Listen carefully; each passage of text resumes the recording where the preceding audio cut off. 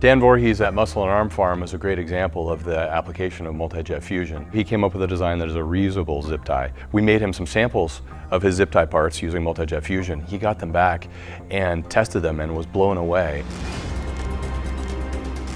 There was no way to really prototype it effectively without going to a costly injection mold until multi-jet fusion. They work extremely well.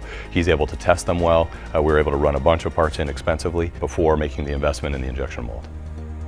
He was able to take his part that is meant for injection molding and go straight into prototyping, so he didn't have to create a configuration that was just for prototyping. He used the same file that he's going to use for his production injection mold. Multi-jet fusion works perfectly as a bridge with parts that are really very usable and perform very much like their injection molded part, but very quickly without a big investment in tooling cost.